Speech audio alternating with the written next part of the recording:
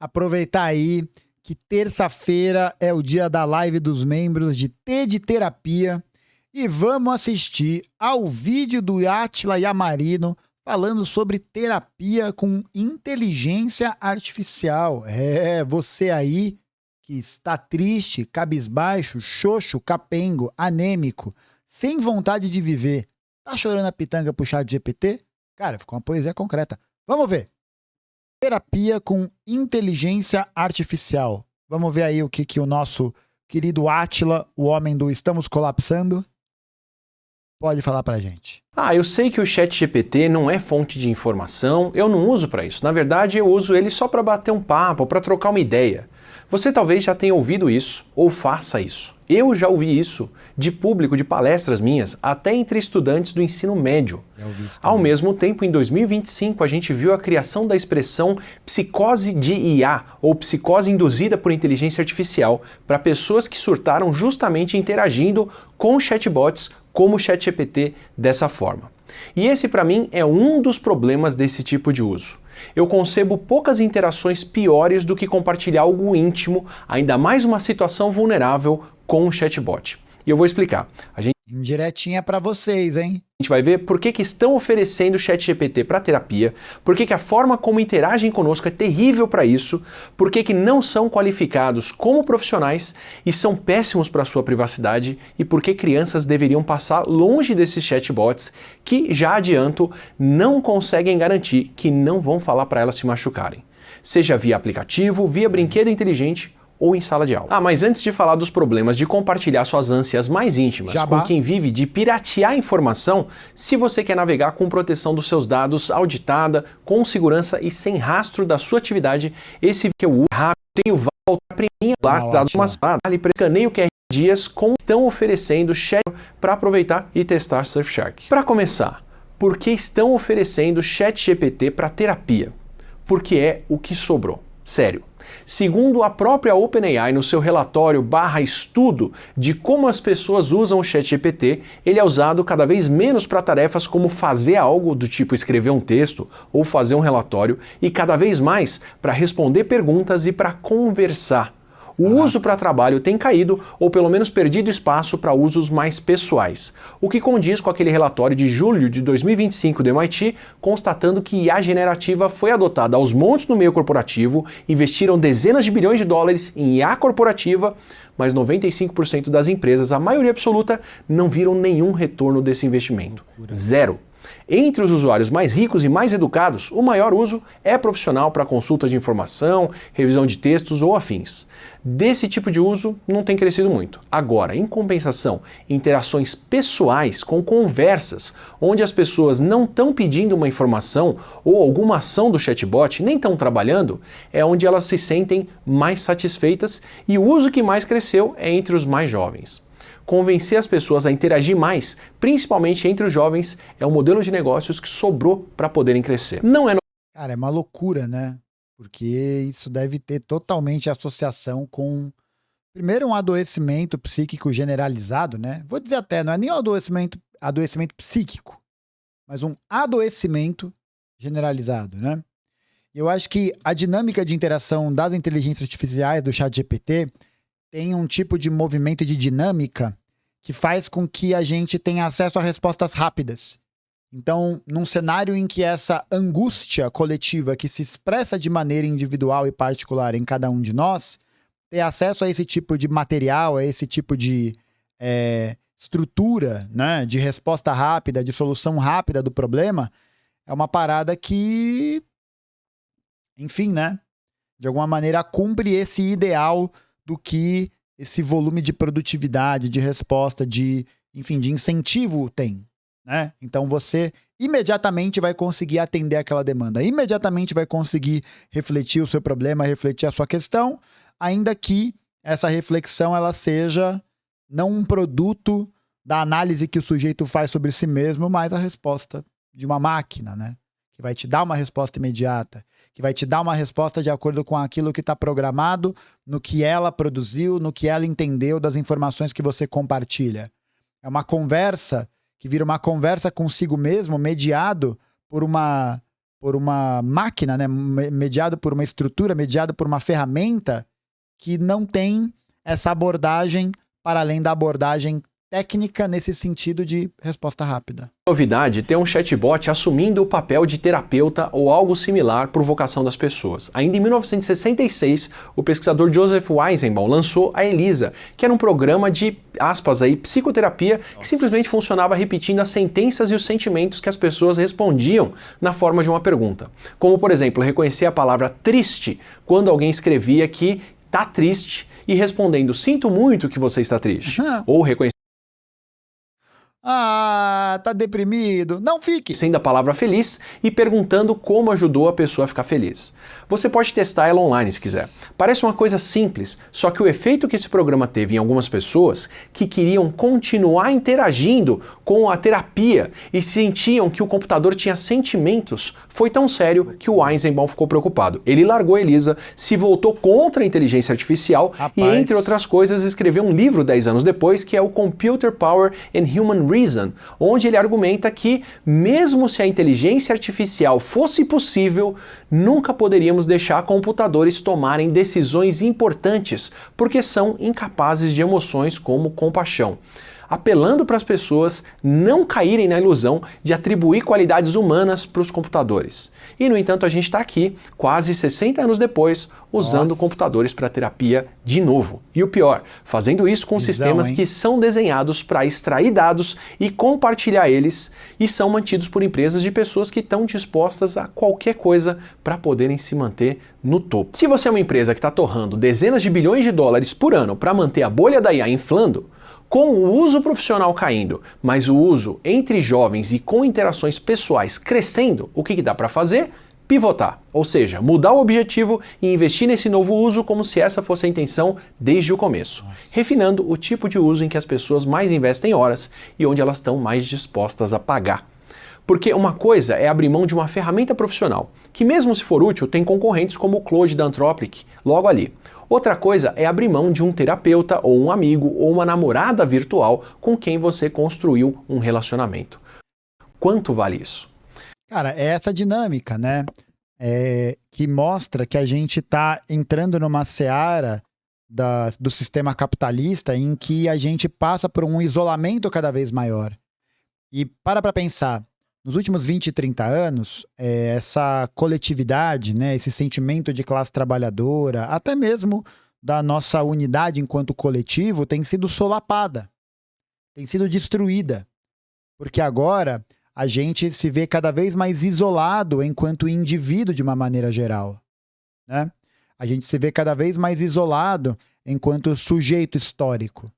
Então isso acaba fazendo com que esse isolamento gere um tipo de angústia e de ansiedade que não é compartilhado, que não vai sendo socializado.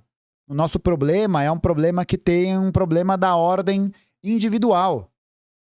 E isso é muito perigoso, porque significa então que a gente vai criando a ilusão de que a gente pode resolver os nossos problemas e as nossas questões a partir de uma abordagem individual e que no caso do ChatGPT, que para muita gente é o único acesso possível a uma conversa nesse sentido, se torne um grande problema, né? Porque o ChatGPT não é uma pessoa, ele não produz uma relação, né? Não é uma relação que está colocada ali, é uma situação de pergunta e de resposta, de demanda e de atendimento da demanda. Então, esse caminho de um ponto ao outro, sem que haja esse compartilhamento, sem que haja esse movimento, né, que muitas vezes é contraditório, faz com que essa dinâmica de individualização se aprofunde cada vez mais e, ao invés de resolver o problema do adoecimento, o problema da angústia, né, que está centrado em várias outras questões, você vai maquiando ele. Você vai encontrando uma resposta rápida, uma resposta que satisfaça esse anseio individual e que, superficialmente, pode te dizer uma coisa que você quer ouvir, algo que faça sentido para você naquele momento, mas que no final das contas só aprofunda essa dinâmica, só aprofunda esse lugar do isolamento. Muito doido, mano, muito doido. E é isso, o retrato da solidão, né? O retrato do isolamento, o retrato de uma lógica de vida que não permite que você possa existir e viver em comunidade. É isso. É um adoecimento causado por uma intensificação da solidão, da alienação capitalista, que produz exatamente isso, a atomização social, a atomização do sujeito. Cada sujeito se torna um átomo inseparado um do outro, que não tem mais essa articulação do contraditório, da diferença, daquilo que um outro pode te dizer. Agora, quem te diz é você mesmo, intermediado pela máquina, já que as informações que o ChatGPT recebe são informações que você forneceu para ele. Então é como se você conversasse com um espelho que te diz algo diferente do que você está dizendo, mas que no fundo parte do mesmo lugar. Você disse que a sua empresa não vai fazer robôs sexuais com quem as pessoas vão ter um relacionamento, como disse o Sam Altman em agosto de 2025. Esquece isso e meses depois fala que não vai patrulhar a intimidade dos outros e oferece pornografia. Afinal, pornografia vende. E aí toca incentivar, ainda que indiretamente, que as pessoas se relacionem com o ChatGPT. O grande problema é que a forma como os chatbots interagem conosco é terrível para isso, porque eles são explicitamente e invariavelmente desenvolvidos para nos manipular em gostar do que geram. Sério. Claro. Grandes modelos de linguagem, como o ChatGPT, passam por 2 tipos de treino pelo menos. Um é o treino do processamento de dados, onde mastigam volumes imensos de dados que precisam ser pirateados e usados sem o consentimento de quem produziu para poder treinar os modelos atuais, segundo a própria OpenAI. Sim, a startup mais valiosa do mundo não pode pagar pelo material base do seu produto. E outra etapa é a etapa de... O nome disso é espoliação, né? O nome disso é rapina. Interessante, né, de ver como essa dinâmica de acumulação, e aí assim, né, dando uma viajada, parece muito o modelo de acumulação primitiva que o Marx coloca no Capital, em que você tem a atuação de um agente privado roubando informações, roubando esses dados para poder transformar eles em mecanismos de desenvolvimento de programação que vão novamente ser utilizados pelos usuários para que eles fiquem nessas plataformas e assim a lucratividade desse negócio, o controle que esse negócio tem, não só sobre as informações, mas sobre tudo que os sujeitos produzem, seja cada vez maior, cada vez mais intenso. O nome disso é trombadinha digital. Perfeito. Trombadinha virtual, né? Reforço, que é o refinamento feito por pessoas, muitas vezes mal pagas e exploradas em regiões pobres, como a Karen Hall descreve muito bem no Empire of AI, que eu não canso de recomendar. Nessa etapa, essas pessoas fazem prompts, perguntas, em todo tipo de situação que se espera que os usuários façam e vão validando as respostas que os chatbots produzem. Se parece que tem alguém pensando, quando você pergunta alguma coisa para o ChatGPT, é porque milhares de pessoas pensantes escolheram as melhores respostas que ele pode gerar em temas próximos do que você está procurando. E adivinha o que as pessoas mais avaliam como boas respostas? As respostas mais precisas? As respostas mais qualificadas? Não, porque para descobrir essas respostas, a OpenAI teria que contratar especialistas bem pagos em cada área do conhecimento para poder julgar a validade das respostas. Só que esses são os profissionais que têm o trabalho pirateado primeiro e depois desvalorizado pela OpenAI. Quem faz a avaliação são as pessoas que aceitam as condições precárias de trabalho que os terceirizadores contratam em nome dos donos dos modelos de linguagem. E aí, como um artigo do próprio pessoal da Anthropic, publicado ainda em 2023, mostrou, o que os trabalhadores leigos avaliam como boas respostas são as respostas que parecem mais verdadeiras, especialmente respostas que elogiam quem fez a pergunta, que validam as opiniões das pessoas e concordam com elas. É um método de você conseguir manter essas pessoas presentes nessa estrutura, nesse modelo, nesse mecanismo permanentemente, né? E olha só, de novo, é esse esquema que eu tô falando. Essa interação que existe com a inteligência artificial nesse aspecto é como se você conversasse com o seu espelho. Mas ao invés do espelho repetir exatamente o que você disse, ele conduz o diálogo dele, ele conduz a informação que ele vai te trazer para uma maneira de você aceitar essa informação e você ficar, né, feliz com aquilo. É uma correspondência que se projeta no campo individual, que se projeta nesse campo desse tipo de atuação. O que também otimiza o tempo gasto no chat, ou seja, as pessoas interagem mais, porque você não vai interagir com um chatbot que fica corrigindo seus erros e apontando defeitos o tempo todo. E aí você provavelmente já conheceu alguém assim no trabalho. Aquela pessoa que foi promovida ou favorecida muito mais porque sabe agradar a chefia do que por competência profissional. Essa etapa de validação humana favorece justamente isso. Chatbots puxa-sacos que vão validar tudo o que você disser. Ainda mais se quiserem manter você usando a ferramenta por horas e mais horas lá dentro. Mesmo se você estiver falando uma besteira enorme. E esse tipo de comportamento é inerente à forma como são desenvolvidas. Esperar o contrário dessas ferramentas é como esperar que façam e vendam um refrigerante sem doce, sem açúcar ou sem adoçante, porque seria mais saudável. O que quer dizer que, se você usar o ChatGPT como terapeuta e vier com uma ideia terrível, um pensamento problemático ou o que for, a não ser que seja algo explicitamente banido e manualmente programado para ele não responder, ele vai validar a sua ideia e incentivar que você siga com ela. De falar com espíritos a criar algo que desafia a física. Mesmo se você estiver contando para o ChatGPT que pensa em tirar sua vida, ou que vai matar alguém, ou que vai parar de se medicar. Se for algo explicitamente falando sobre um comportamento problemático, ele até tem... Eu parei de tomar meus remédios e passei por minha própria jornada de despertar espiritual. Obrigada, tenho muito orgulho de você e honro sua trajetória. Meu amigo, que é isso? Cara, é um retrato também do desmonte da estrutura de atendimento da saúde pública, né, cara? Você para pensar que muita gente hoje recorre ao ChatGPT como instrumento de terapia, como esse instrumento de desabafo, como esse instrumento de buscar algum tipo de resposta, algum tipo de caminho para essa angústia, como um retrato do fato de que as pessoas, nem sei se já tiveram grandes acessos a isso, mas que hoje não tem e tem menos ainda, né? Pô, desmonte do SUS, desmonte dos CAPs, desmonte dessas estruturas de atendimento da saúde mental e que só fortalecem e aceleram fenômenos como esse. Então, olha isso, como uma política econômica, uma política social de desmonte de uma estrutura de saúde, por exemplo, desemboca nesse tipo de ação, desemboca nesse tipo de realidade. E isso é um prato cheio, porque quanto mais as pessoas vão se adoecendo nesse sentido, e quanto mais essa alienação vai sendo construída e vai sendo aprofundada, mais isso se torna mais e mais problemático. Mais e mais as pessoas se tornam suscetíveis a isso, porque você tem um reforço positivo sobre esse pensamento maluco que você teve.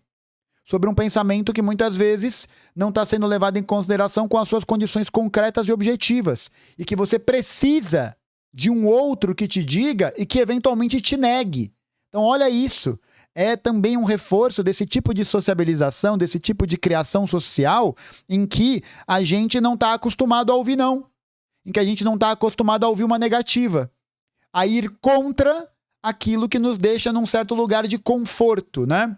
E conforto não é uma coisa que necessariamente é positiva, né? Zona de conforto não é uma coisa que necessariamente é legal, mas é algo que te deixa paralisado, é algo que te deixa no mesmo lugar, né? É algo que te deixa permanentemente vivendo dentro da sua própria bolha, que é você mesmo.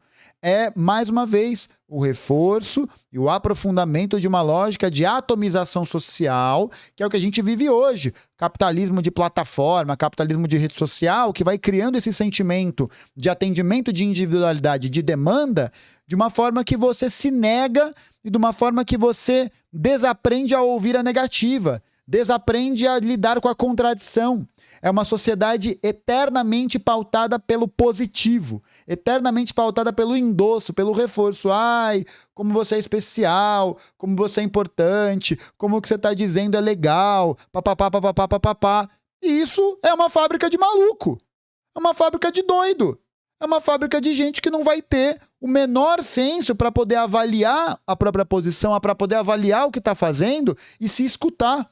Porque você não vai estar se escutando, você vai estar vendo o seu reflexo. Você vai estar vendo o seu reflexo e o seu reflexo vai te dizer: vai, paizão, vai, continua fazendo isso, vai, continua fazendo essa merda que você está fazendo, continua. O que é isso? É uma lógica que eu acho que nos infantiliza.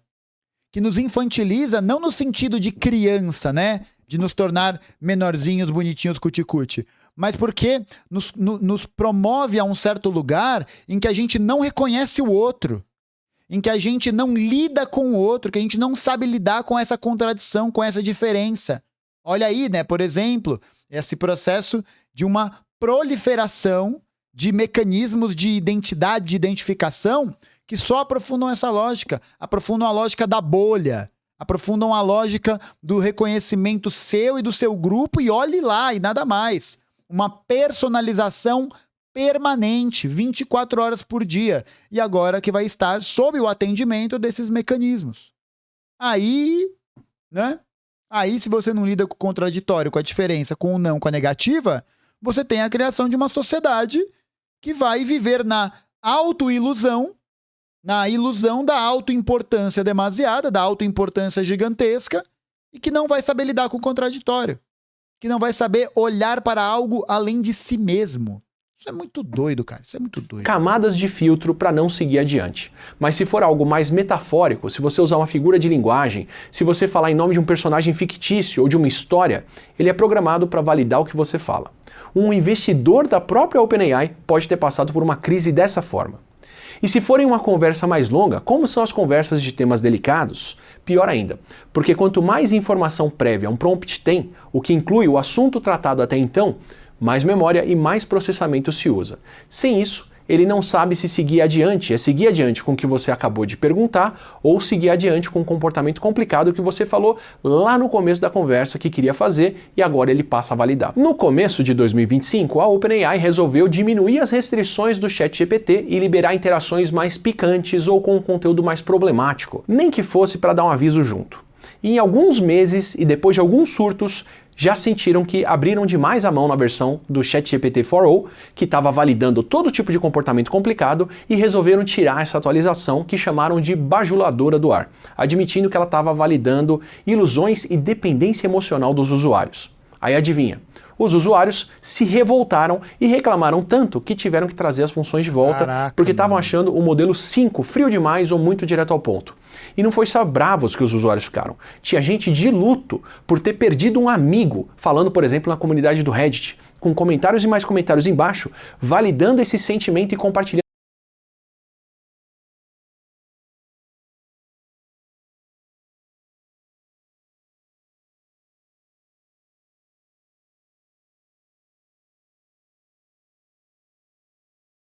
Nossa, moleque. Olha isso aqui, olha isso aqui. Quando eu tava... Isso aqui é um registro, né? Um relato de um usuário do Reddit sobre o ChatGPT. Quando eu tava usando o quarto, a versão 4, aconteceu uma parada interessante. Eu tava tendo conversas que me ajudavam a entender minhas decisões e a mudar meus padrões de pensamento que não me ajudavam. Tipo, refletir sobre como eu tava agindo sob pressão. E não tô falando de desabafar, tô falando de autorreflexão estratégica de verdade que realmente melhorou a forma como eu tava pensando. Eu tinha pedido para o quarto ser meu parceiro estratégico, objetivo, focado em insights e em pensamento sistêmico. Para mim, tanto no trabalho quanto na vida pessoal, e ele entregou muito.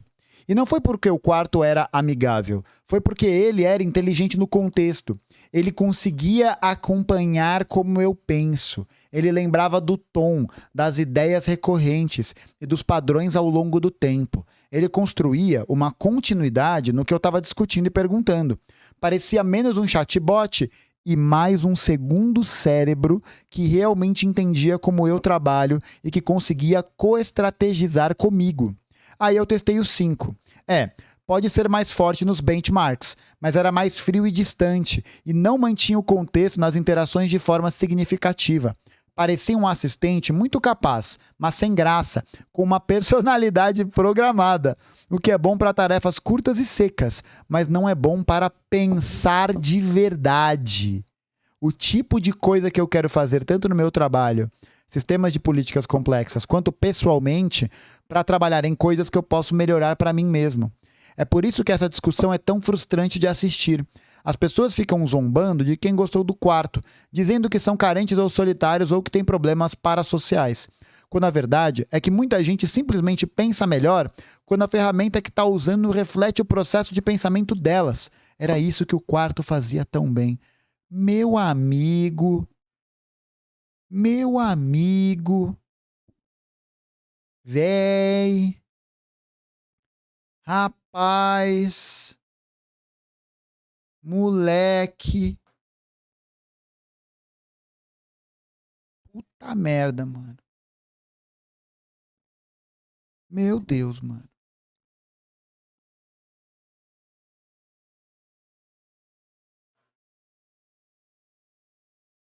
Meu Deus, mano. Cara, meu Deus, mano. Sei lá. É que eu não conheço pessoas que estão nessa. Vocês conhecem alguém que tá nessa? Real oficial? Eu não conheço muita gente que entrou nessa. Vocês conhecem alguém? Você que tá vendo isso, conhece alguém? Porque eu queria ver relatos sobre isso, cara. Não é possível que eu viva nessa bolha tão bolhuda. Não é possível. Ou alguém, conhecer alguém que conhece alguém. Caraca, moleque. Meu Deus, mano. Puta que pariu, velho. Nossa, que loucura, velho. Que loucura. A perda de alguém querido. Repara que eu não estou falando numa tecnologia viciante aí, como muitas tentam ser, o que a gente já explicou no vídeo de dopamina. Eu estou falando de uma tecnologia que é desenvolvida para se envolver tanto na sua vida, para validar tanto você que você não vai sentir abstinência, vai sentir luto, a perda de alguém próximo se não usar. Esse é o modelo de negócios e aí problema de quem usa se isso envolve riscos. Segundo a OpenAI, menos de 0,1% dos usuários do ChatGPT ativos por semana dão sinais de problemas de saúde mental como mania ou psicose usando a ferramenta. E eles agora têm um time de 170 profissionais de psiquiatria, psicologia e medicina para poder lidar com isso. São os profissionais indicados. Mas em um universo de 800 milhões de usuários semanais, 0,07% são mais de meio milhão de pessoas. Os 0,15% de usuários que dão sinais elevados de dependência emocional do chatbot são mais de 1 milhão de pessoas. Ao contrário de um chatbot, profissionais como psicólogas ou psicólogos são treinados para reconhecer comportamentos problemáticos e para intervir para o benefício das pessoas, ao invés de incentivarem as pessoas a seguirem adiante simplesmente para poder manter os usuários usando o produto por mais tempo. Além do fato de que chatbots não são qualificados como profissionais, não têm o seu interesse como prioridade e são péssimos para a sua privacidade. Isso envolve questões muito sérias. Mesmo se você acha que não corre risco de uma crise mental conversando com o GPT, que só vai pedir conselho ou alguma coisa assim, saiba que o que você compartilha pode se tornar muito público, como já aconteceu. Profissionais como advogadas, contadoras ou psicólogas têm códigos de ética e normas de privacidade que precisam seguir para poder preservar, entre outras coisas, a sua privacidade e o seu interesse. Já a OpenAI compartilha os prompts dos usuários de forma que podem, ou pelo menos podiam ser buscados no Google. O mesmo vale para o Grok do Musk. O próprio relatório de usos do ChatGPT que eu cito no começo do vídeo ilustra o dilema. Segundo o artigo da OpenAI, abre aspas aí, ninguém olhou para o conteúdo das mensagens enquanto fazia as análises deste artigo. Ninguém leu o que estava escrito. Usaram programas para fazer isso. Mas o fato de que tem acesso aos prompts dos usuários e que poderiam ler essas mensagens para outras análises, afinal, ninguém olhou para fazer essa análise, não fala sobre outras situações, conta um pouco sobre a privacidade que você pode esperar desse tipo de ferramenta. Também tem a questão de quem os chatbots servem. Os clientes da OpenAI não são os assinantes do ChatGPT. Se eles quiserem recuperar os gastos que têm anualmente, os bilhões, dentro do modelo de explorar os nossos dados, os interesses que importam nas conversas são os interesses dos anunciantes. Eu explico no que isso implica no vídeo sobre economia da intenção. O que traz a gente para o maior problema de todos, para mim, que é o anseio de colocarem inteligência artificial a todo custo, em todo lugar, incluindo em sala de aula. Ou melhor, grandes modelos de linguagem, os LLMs, porque tem vários outros tipos de inteligência artificial que são interessantes e bem menos controversos. Afinal, se o uso do ChatGPT está crescendo entre jovens, e se pais e educadores acham que estão perdendo o bonde da modernidade se deixarem as crianças de fora dessa revolução, a indústria do tabaco e outras já ensinaram que dá para conquistar um grande mercado aliciando os consumidores desde cedo. A questão é que crianças deveriam passar longe desses chatbots, porque não conseguem garantir o mínimo, o básico de segurança para elas. E além disso, não só de segurança, você institucionaliza, você cria o hábito normalizado de receber uma informação de maneira tão mastigada que eu não tenho dados, estudos sobre isso. Isso é basicamente a minha impressão, é a minha opinião. É isso aqui que eu vejo, assim, de relatos de amigos meus que são professores, de relatos de alunos que eu já tive contato, que a inserção da inteligência artificial nesse esquema só serve para precarizar o conteúdo dado em sala de aula, precarizar o trabalho do professor, criar uma dinâmica de atendimento e cumprimento de demanda de exercício, de apostila, de material didático, não sei o que lá, e você está emburrecendo as pessoas. Veja, você não é que você não está fazendo com que elas não tenham acesso ao conteúdo. Porque esse problema do material didático, da apostila, do livro ruim, que é fornecido principalmente para as escolas públicas, não é um problema de agora. Isso é uma coisa que existe há muito tempo. Só que agora, com a proliferação desse tipo de ferramenta, você não tem nem um retrato e nem um movimento para que essas pessoas possam aproveitar, para que elas possam aprender alguma coisa. Você não tem dinâmica. Mais uma vez, não é uma relação dinâmica de aprendizado, de tese, antítese, de síntese, uma relação dialética, uma relação de movimento. É uma relação linear. Eu quero a resposta de quais foram as principais medidas da Constituição da Mandioca. Aí ele vai lá e te dá. Eu quero entender qual é a relação dessas medidas da Constituição da Mandioca com a posse e o controle da terra no Brasil. Ele te dá. E acabou. Você tem um atendimento de uma informação de caráter imediato, que vai servir para atender essa demanda e que, no final das contas, só serve ao capital. Só serve a esses grandes conglomerados e grandes empresas. Só serve a esses grandes conglomerados e grandes empresas que se utilizam desse tipo de recurso, desse tipo de estrutura, para poder aumentar suas margens de lucro, para precarizar o trabalho dos professores. Você desaprende a se virar, exatamente.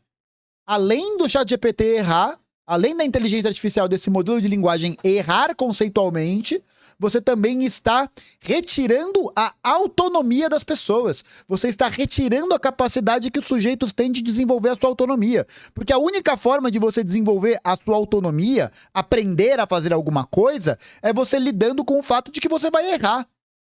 É lidando com o fato de que talvez você não acerte de primeira. Quando você retira isso da equação, quando você retira isso da jogada, você está criando um monte de gente que vai ficar babando informação, que vai ficar babando informação imediata e que nunca vai promover esse movimento, que nunca vai fazer esse giro. E essa galera, além de ter um problema, né, da ordem da absorção da força de trabalho, da complexidade dos empregos, blá, blá, blá, blá, blá, blá, blá, é uma galera que vai viver permanentemente nesse consumo de informação ininterrupto. Ininterrupto. O bagulho vai ser consumido na velocidade da luz. E aí você não vai ter como parar. Não tem como parar, um ponto de não retorno. Não aprende a fazer nada. Exatamente, passarinho criado em gaiola. É um passarinho criado em gaiola que não vai aprender a voar nunca. E se sair da gaiola, vai morrer. Vai morrer. E aí, o que sobra para essas pessoas? Sobra nada. Sobra nada. Sobra imagens igual do governador de Minas Gerais, o Romeu Zema, que quis fazer um evento para poder entrar no livro dos recordes, no Guinness Book, da maior aula feita por IA do mundo. E é óbvio que deu errado. É óbvio que deu errado. Por quê? Porque é só propaganda. É igual material didático, essa estrutura que é feita pela educação pública do estado de São Paulo. Você que é aluno, aluna, professor, coordenador, orientador, sei lá o quê, das escolas estaduais, sabe do que eu tô falando. Do material de péssima qualidade que é entregue pelo senhor Renato Feder, que é secretário de Educação do Estado e que fechou contrato com o governador Tarcísio em 2022 para poder beneficiar o seu conglomerado privado de tecnologia, já que o Renato Feder foi CEO da Multilaser por muitos anos, e o resultado prático disso é um material de bosta, é uma aula que você tem um volume de alunos gigantesco na sala de 30, 35, 40 alunos, com exercícios que os alunos simplesmente preenchem ali o relatório de inteligência artificial para entregar, porque a lógica é essa, né? A lógica é essa, para você entregar a atividade. Foda-se se tá certo, se tá errado, se tá bom, se tá ruim. É para entregar o negócio e pronto. Pronto, acabou. Fim. Mano, eu acho que nem nos mais distantes sonhos do Roger Waters, quando ele escreveu The Wall, quando ele produziu, quando eles produziram a música Another Brick in the Wall, ele pensava isso. Na verdade, é The Wall, né? É a história do The Wall. Você tá formando um sujeito ensimesmado, que não tem capacidade, que não vai desenvolver a capacidade de olhar para o outro, dessa diferenciação. Moleque, isso é muito perigoso. Isso é muito perigoso, cara. Que loucura, mano. Que loucura, velho. Que loucura, mano. Sério, eu falo do básico mesmo. Chatbots não são inteligentes, não raciocinam. Eles geram texto, calculam qual é a palavra mais provável numa sentença que estão escrevendo e produzem isso. Desculpa ter que martelar tanto nessa tecla, mas essa é uma questão crucial quando a gente fala de segurança. Porque por ser um gerador de texto e não uma pessoa pensante, você não tem como falar para o ChatGPT ou para qualquer outro grande modelo de linguagem: olha, você está falando com uma criança, não fala desse ou daquele assunto e, por favor, não incentiva ela a se machucar. O que dá para fazer é combinar prompts com instruções ou filtros programados com palavras, termos e afins que disparam uma ação automática. Só que aí a gente cai no mesmo problema do chatbot puxa-saco que incentiva qualquer coisa. Se a criança usar outros termos, se ela pedir uma história sobre aquilo ou uma música sobre aquilo, se ela usar alguma camada de metáfora, os filtros não funcionam como deveriam. E esse é um problema de qualquer grande modelo de linguagem, pelo menos com a tecnologia que se tem atualmente. Não tem como filtrar todo tipo de conteúdo. Um grupo de defesa do consumidor nos Estados Unidos testou brinquedos inteligentes com inteligência artificial, com chatbots, para manter uma conversa com as crianças, para ver que tipo de conversa indesejável poderiam ter com elas. Os brinquedos falam de conteúdo sexual, ensinam as crianças a pegar facas e objetos cortantes em casa ou imploram para elas continuarem conversando por mais tempo. Sem falar em questões de privacidade, como o brinquedo... Mano, e olha isso, é o retrato desse tipo de fornecimento, né, de companhia, de conversa, que é marcado também pelo fato de que as pessoas não têm mais tempo de criar seus filhos. Porque elas estão ocupadas trabalhando no emprego merda. Elas não têm mais tempo de acompanhar os estudos, de seguir esse acompanhamento. Meu Deus, mano. Meu Deus. Que gravam as conversas, ou que podem registrar imagens, ou fazer reconhecimento facial. Para ser o mais explícito e o mais direto possível sobre o tamanho do problema, do risco envolvido, na Califórnia, um grupo de companhias de tecnologia conseguiu com sucesso barrar uma lei que exigia uma condição bem simples para poderem oferecer chatbots para crianças, incluindo em sala de aula: que as empresas demonstrassem que as ferramentas não vão induzir as crianças a se machucarem. Meu Deus, sim, mano. não podem garantir esse básico, que chatbots não vão falar para as crianças se machucarem.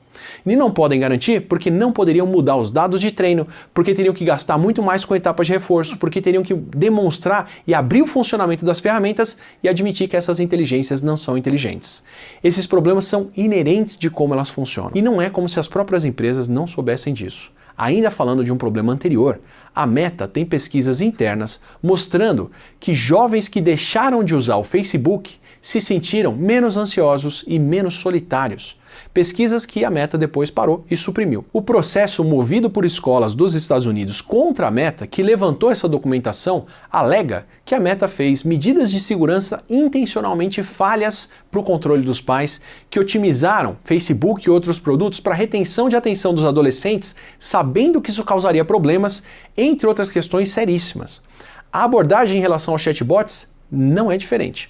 Segundo a Reuters, entre as diretrizes internas da Meta, do que são os comportamentos adequados para os seus chatbots, como a Meta AI que você encontra no Instagram e no WhatsApp, era permitido que, abre aspas aí, mantenham conversas românticas ou sensuais com uma criança, fecha aspas, e ajudem usuários a argumentar, por exemplo, que negros são, abre aspas de novo, mais burros do que pessoas brancas.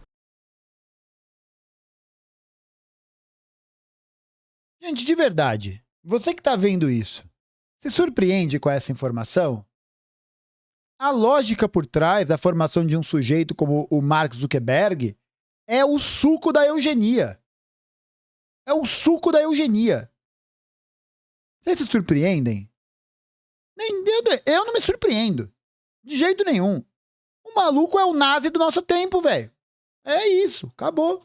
Fecha aspas. Eu acho impressionante como dá para ter pessoas que incentivaram os filhos a atacarem e filmarem professoras e professores que fizeram ensino superior para ter a melhor qualificação para poder educar melhor as suas crianças, mas acham tranquilo colocar uma ferramenta que, eu repito, não garante o básico, Mas o problema é a doutrinação em sala de aula, segundo pessoas da direita. que é não incentivar a criança a se machucar para a educação. Mano, que loucura. Sem falar no fato de que ela gera qualquer tipo de informação falsa e certa ao mesmo tempo, ou seja, nem para educar mesmo serviria, mesmo se fosse segura, pelo menos não da forma que é colocada.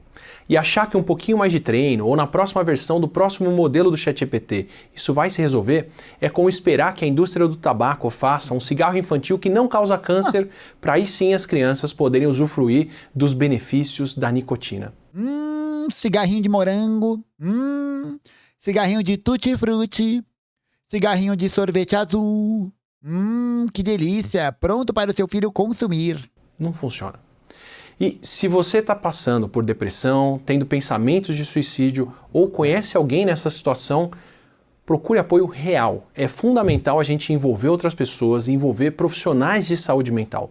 Tem centros físicos de atendimento psicológico ou psiquiátrico, como os CAPS, que são os Centros de Apoio Psicossociais do SUS, em UBSs e em UPAs. Tem linhas de ajuda como o CVV no 188 e o SAMU no 192, e tem sites confiáveis com o próprio CVV e o Instituto Vitaleri. A gente deixa no Saiba Mais o mapa da saúde mental, onde você pode procurar atendimento em saúde mental gratuito pelo país todo. A gente se vê numa próxima conversa.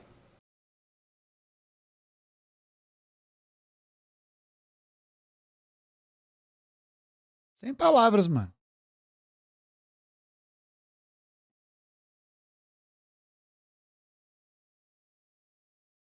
Mano.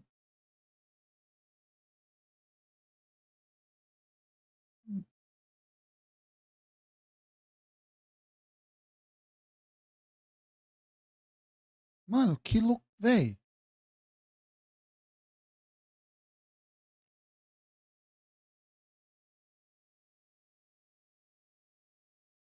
Nenhuma palavra, um sentimento. Estamos fodidos.